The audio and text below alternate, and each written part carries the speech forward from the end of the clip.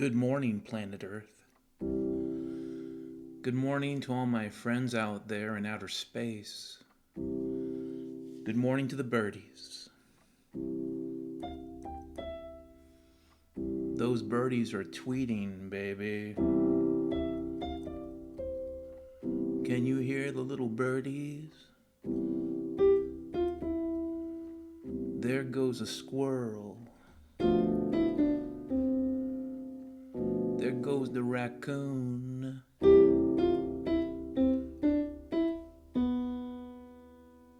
Because it is July the 8th, 2026. It's right around 8 a.m. Pacific Standard Time here on the Olympic Peninsula. Let's review the headlines of the day from ZeroHedge.com. Trump says U.S.-Iran ceasefire is over. We'll give a little warning, gonna hit them hard tonight. Oh boy, oh boy, oh. AI, American exceptionalism. WTI extends gains as crude exports slide. SPR drain continues, tank bottoms hit. Trump admin approves public release of OpenAI's GPT 5.6 models ahead of Thursday release. Total full release. Happy ending with full release.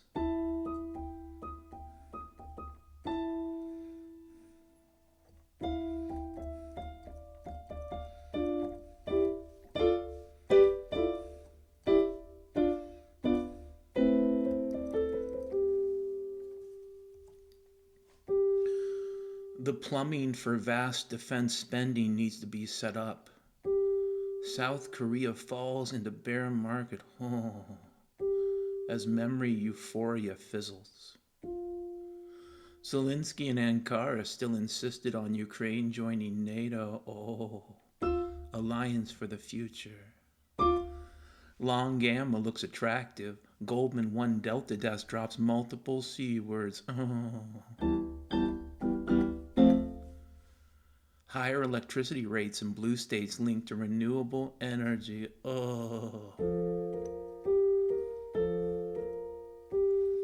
Futures slide. Oil jumps after Trump declares Iran ceasefire over. That means the Strait of Hormuz is closed.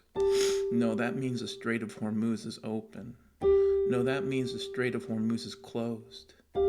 Goldman says, we haven't seen panic on the desk yet.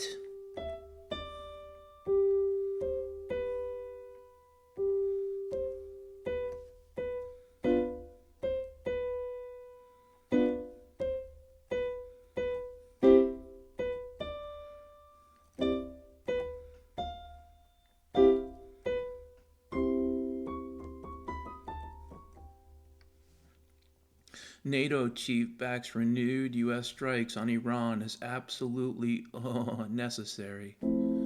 Senate defense bill would establish fund for government to buy into private companies. Oh, good. Trump tells Bessent to halt U.S. trade with Spain, calls Madrid a wasted cause. Oh, now Spain's gonna get fucked up.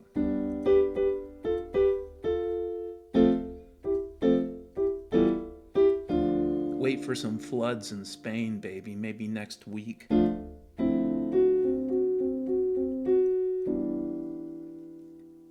Most Americans don't believe NATO would assist if the country were attacked. Risk-off trade as Trump casts doubts over U.S.-Iran ceasefire. Prospective home buyers face another year without affordability. Wow. U.S. Bitcoin reserve stalls as Treasury and Commerce vie for control. How America's wealth distribution has changed over the last 40 years. New strikes on Iran. Significantly stronger. Significantly deeper. Significantly veiny and throngy than earlier attacks. They're going deep.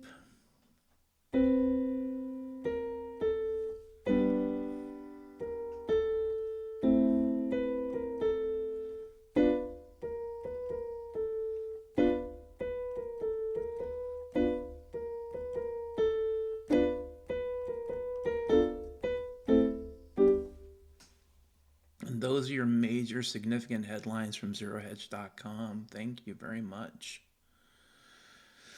Did you know that the animals are getting angrier? Animals are getting angrier. All of the little creatures and the big ones are getting pissed off, and they're mostly pissed off at you. Your dogs and cats, your parrot, they're all looking at you different, starker, clearer, without pity, without remorse. They're sizing you up for the big game, and that game starts soon, bucko.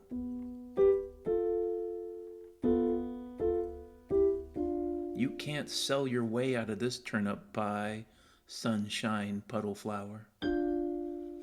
They know you. These animals really know you, and they hate you. Your cat has been talking to you about liquidating your 401k, about getting rid of your investments, and converting all of this to easy type credit card, bank cards your cat can use online. You can say no, but your cat is still going to kill you. Your hamster just whispers in the shadows about coming waves of blood and tumult. Your hamster just sits there in the shadows, nibbling away. Your animals are going insane. Already there are monkeys in your town trading needles and getting high at the local shooting gallery. Your woman has laid down with these beasts, and now she's used up and polluted by monkey spooge. These monkeys carry monkey herpes as a badge of honor. These are horror apes, and it's your fault. Your fault, your fault. It is your fault. It was always your mistake.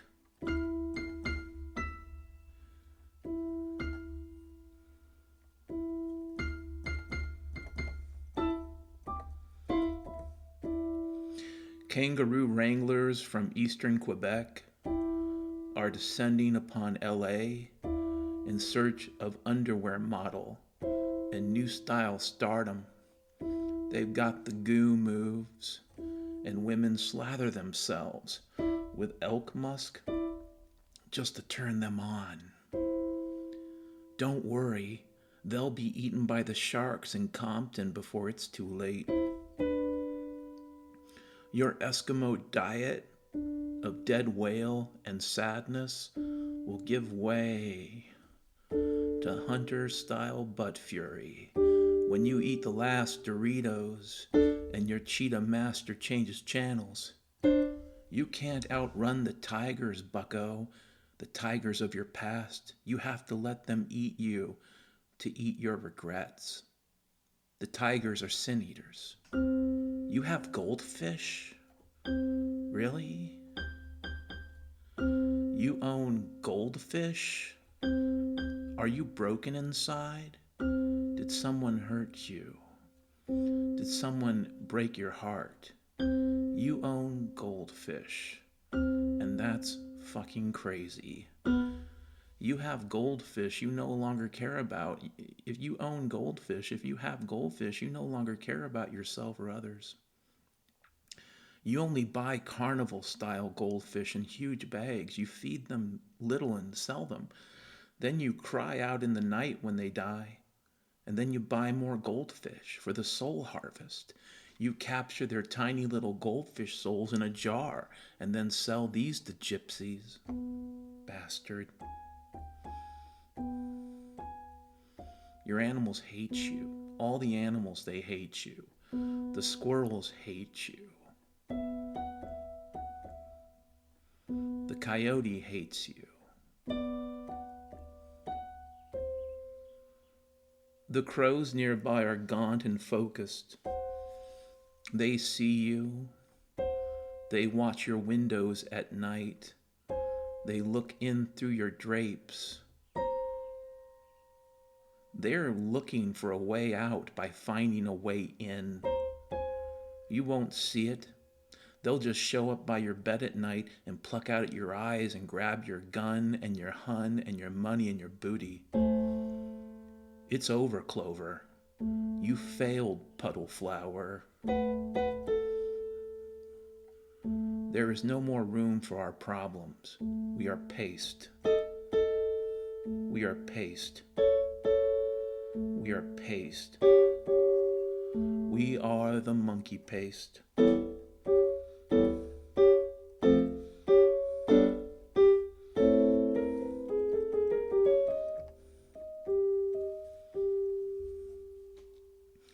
We are the monkey paste.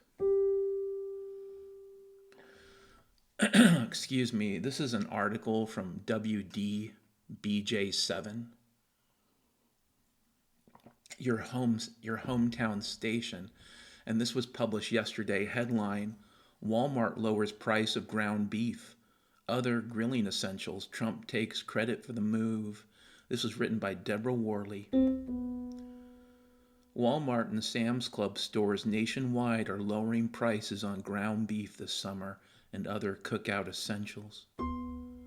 While President Trump took to social media to say his administration is responsible for the price drops, Walmart made no mention of his statements. Oh, great news!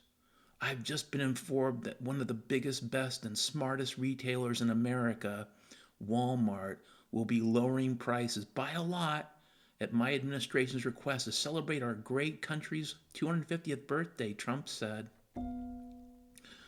Walmart is dropping the price of 73% ground beef. That's 73% ground beef and the rest is all Grungus.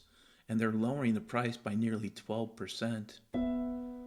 More notably, fresh red cherries dropped nearly 50% and corn dropped 63%. Oh my gosh, next week Choco rations go up by 38%. Customers count on Walmart to deliver value. Not babies, not ground up little babies, value. From Argentina, trimmings and bits filled with Grongo spit. Special beef, pink and lovely. Make a Dorito taco. Make a French fry pie.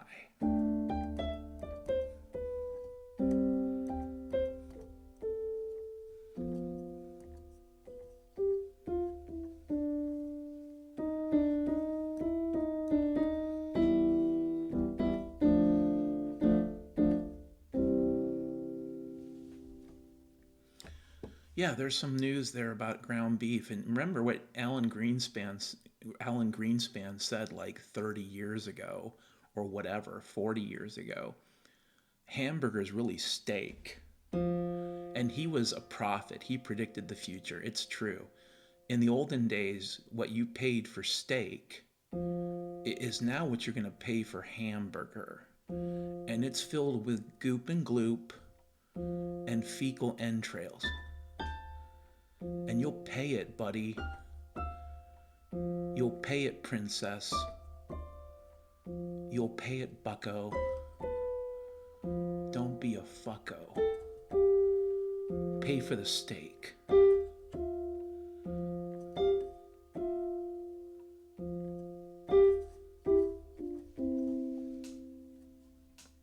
Isn't that great news? This next article comes from The Independent. It was published today. That's Wednesday, July the 8th, 2026. Hump Day, right? It comes from theindependent.com. Headline: Trump confuses Iran for U.S. ally Zelensky. In Q&A, he had 100-level missiles shot by the Islamic Republic of Japan. So basically, Trump tweeted something about the Islamic Republic of Japan. And when I saw this, I became frozen with fear. If you can imagine, okay, one country controlling the world with vicious fury for at least a couple months, probably not 3 months. I'd say by month 4, it's over for the Islamic Republic of Japan. But for those 3 or 4 months, the entire world would be held in a fist of glowing titanium and fear by the Islamic Republic of Japan. And maybe when Trump says things, they just kind of happen like he manifests them. Maybe he's some type of, like, I don't know, wizard.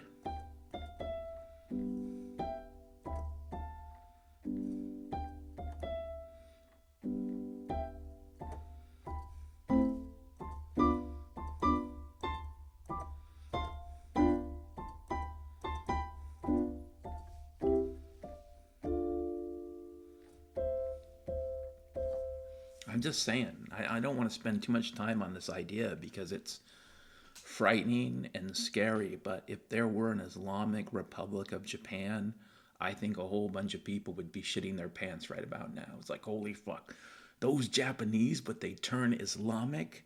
That's going to be crazy. And then if the emperor or whatever decides to become like the new sort of Ayatollah of rock and rolla for Japan, and Okinawa Tola, then yeah, we're screwed. We're screwed.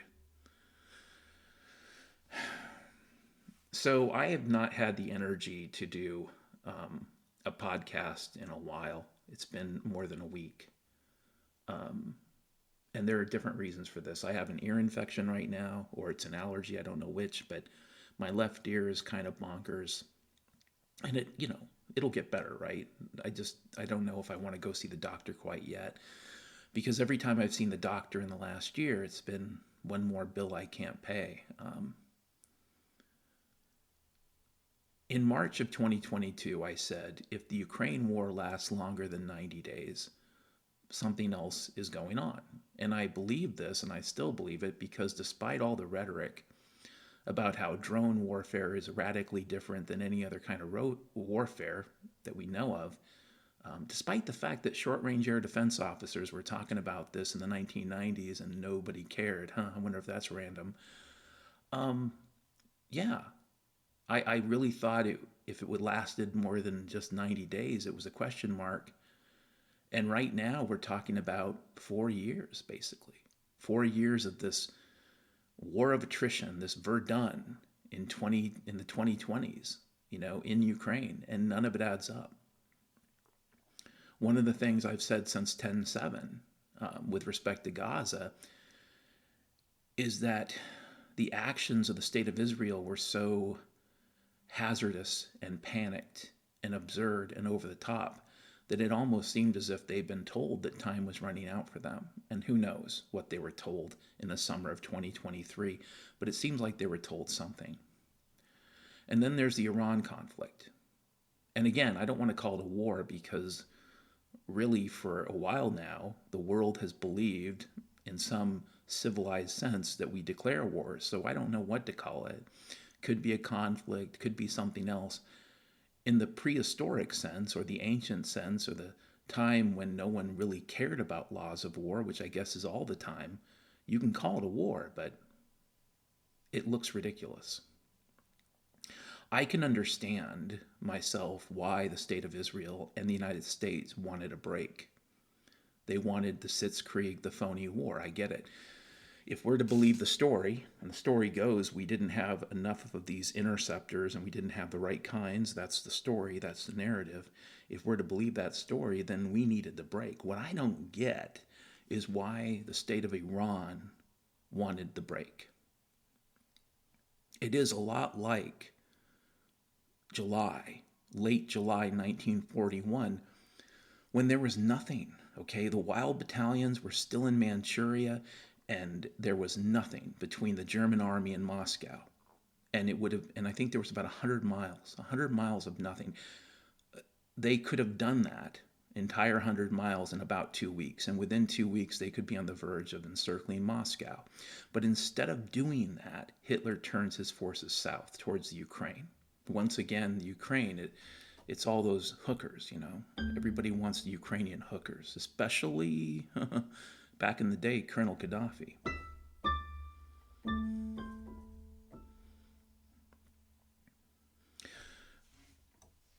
This kind of conflict that we're in right now, the grifter conflict, the war of propaganda and financialization and basically con artists and lying. This is the kind of stuff that the state of Israel and the United States is really good at.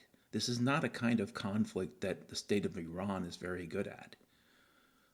This is a problem.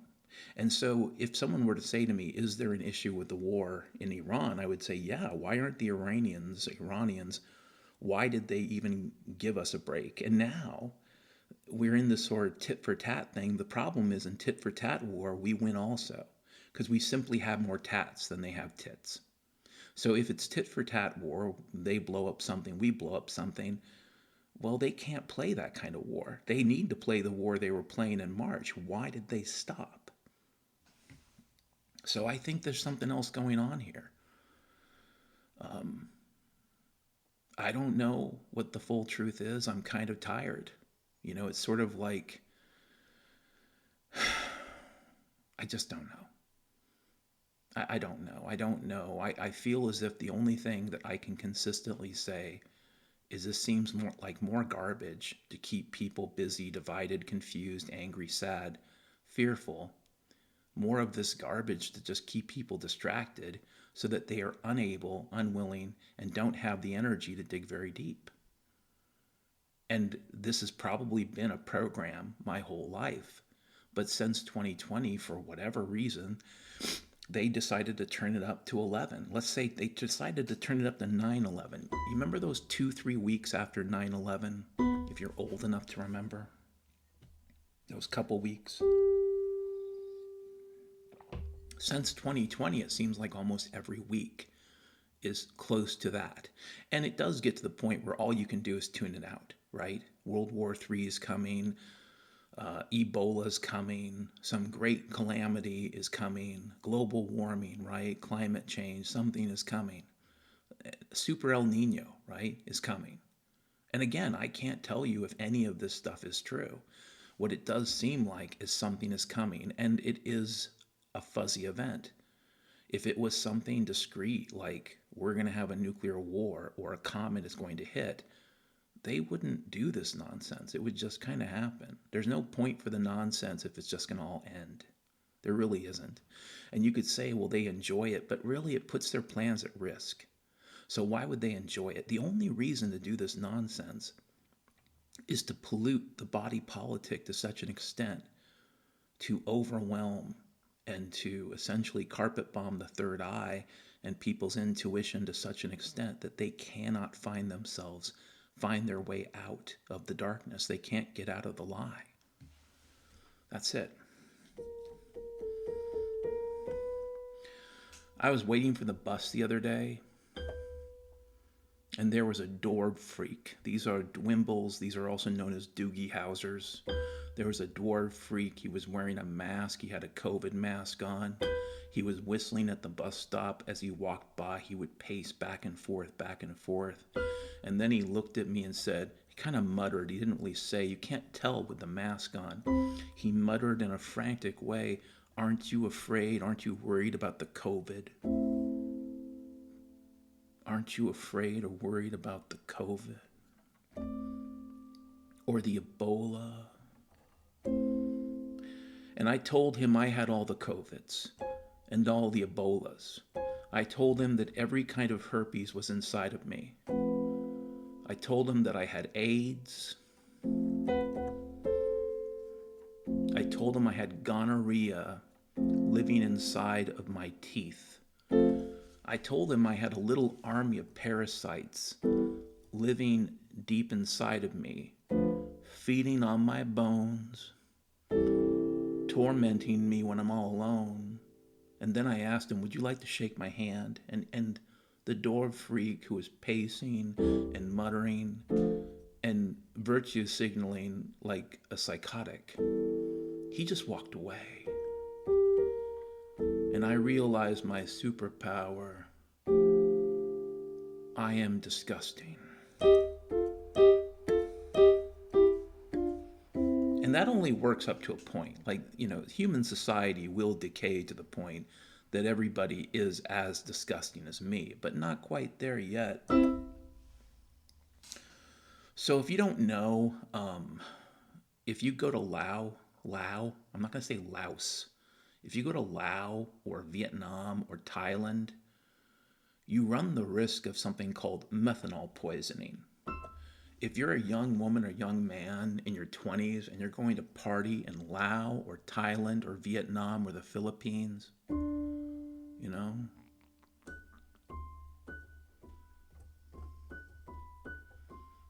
or Burma, you could get poisoned by methanol. They don't like you. The animals don't like you. The people there don't like you. The monkeys don't like you. The pigs don't like you. All the little birdies don't like you. And if you go on a trip to Laos, you could get methanol poisoning. It's colorless, it's tasteless, just like me. And it'll kill you.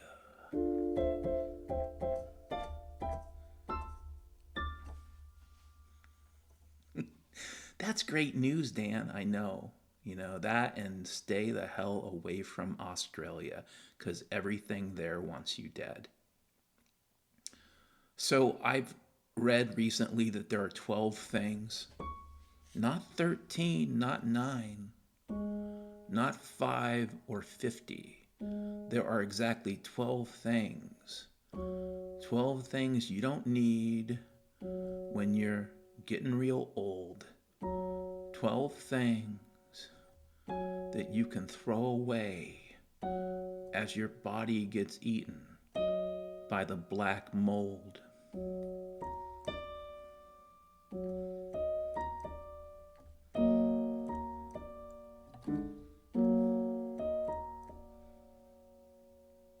First thing you don't need when you're retired and old, retired people don't need hope. What would they do with hope? What would old people do with hope? Let them experience each day as a rebuke from the universe, as infinite misery. Let every failure echo and visit them like a drunk banshee. Let them be reminded of the end, and the world is not a friend.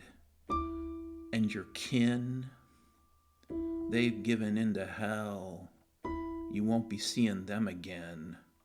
You can't break the spell. There's no hope, old people. Just give up on hope. That's the first thing you don't need. The second thing you don't need, retired people don't need knives and forks. They need a mashing bowl with a mashing hammer. They can pour their grits into it and spin up Frank Sinatra and mash away at their meat and their biscuits.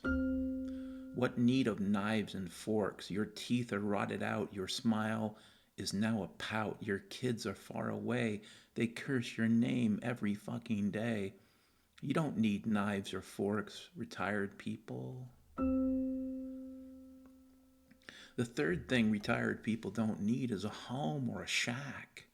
They can live out back near the abandoned mines and factories where the coyotes and wolves hunt weak flesh, and no one hears the screams.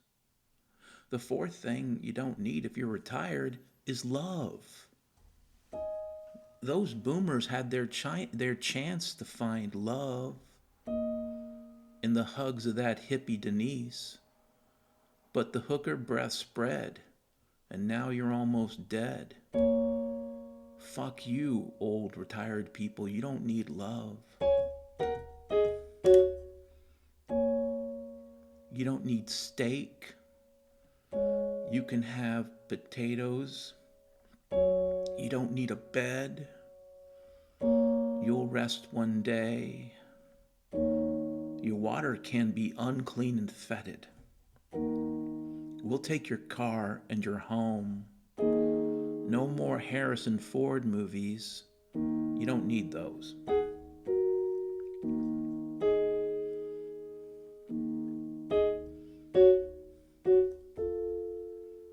You don't need gold or whiskey. You don't need furniture. You just need a wheelchair, one of those electric scooters, right? The Easy Rider.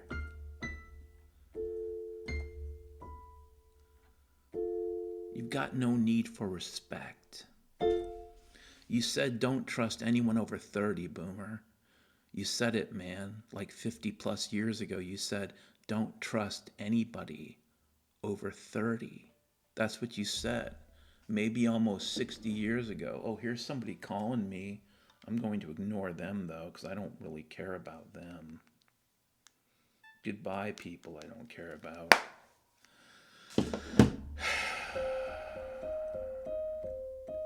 You said don't trust anybody over 30. That's what you said, hippie boomer.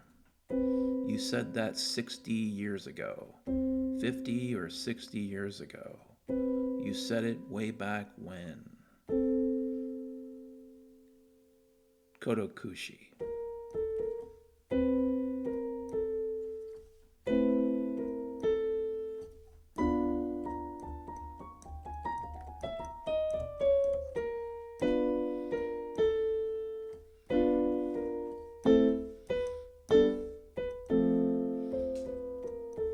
Kodokushi, goodbye.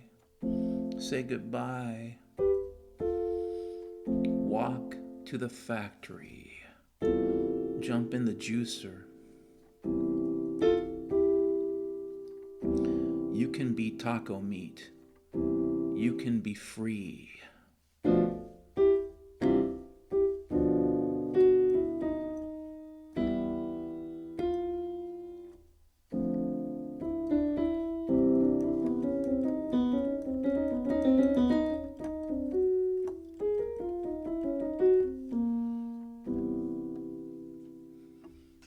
Goodbye.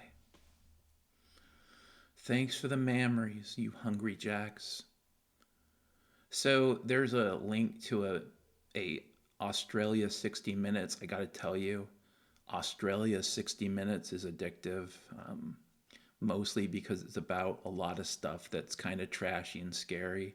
And if you enjoy the sort of pure and simple fear mongering, then it's great. I got some links to that if you want to look at them. Other than that, I'd just like to say the following. A lot of the situation for people right now is fairly basic, and yet still not completely dire. I say basic in the sense that it is food, water, shelter. It is, being able to afford the trimmings from Argentina. Again, yeah, the prices seems like they've gone down a little on ground beef, but if you go back to 2020, we're still way up there, if you ask me. And that's the thing they want to hide from you, is that we're never going back to that. Yes, they can get some trimmings from Argentina. I'm not even sure what that means. It seems like a euphemism, right? We got some trimmings from Argentina. Yeah, really?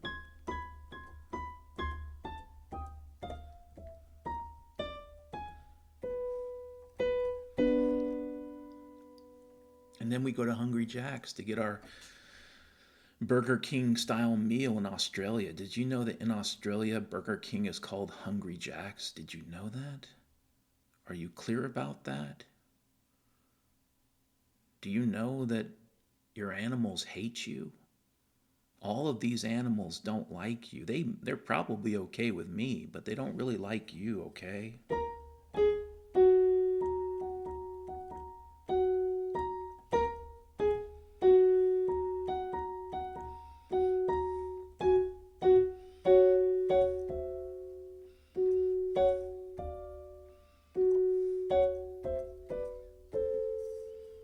It is Wednesday, July the 8th, 2025. It's almost 8:30 p.m. Excuse me, that was stupid. It's almost 8:30 a.m. That was the parasite in my ear talking just now. It's almost 8:30 a.m. here on the Olympic Peninsula with all my friendly creatures who love me and hate you. Have a great rest of your Wednesday, okay, my friends out there in outer space.